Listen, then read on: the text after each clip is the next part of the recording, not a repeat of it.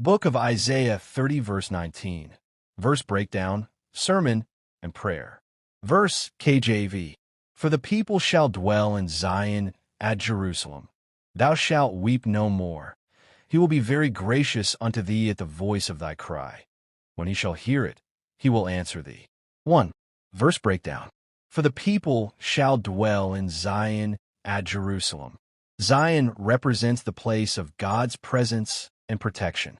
God promises restoration and security for his people. Even after hardship or exile, God's plan is to bring his people back to a place of peace and belonging. Meaning, God desires his people to live in his presence where there is safety, stability, and spiritual restoration. Thou shalt weep no more. This phrase reveals God's compassion toward human suffering. The tears represent pain, oppression, disappointment, and spiritual struggle. Meaning, God promises that suffering is not permanent.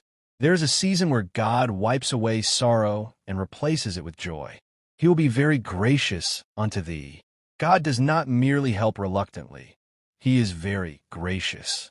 Grace means undeserved favor, mercy, and kindness. Meaning, even when people fail or fall short, God still shows mercy and compassion. At the voice of thy cry, God listens when his people cry out to him. Prayer is powerful because God responds to sincere hearts. Meaning, God is attentive.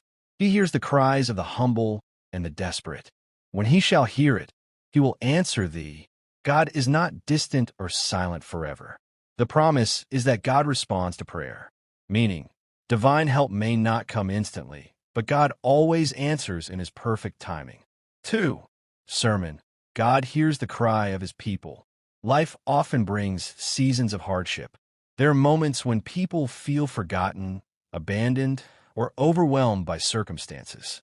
Yet this verse reveals a powerful truth. God has not abandoned his people. The people in the time of Isaiah had experienced difficulty and uncertainty. They would dwell in Zion again.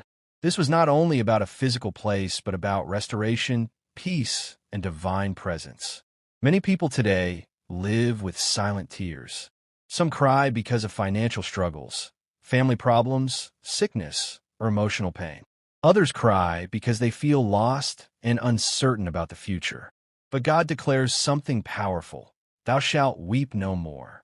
This does not mean that life will never have challenges. It means that God will intervene and change the situation. The same God who sees the tears also brings healing and restoration.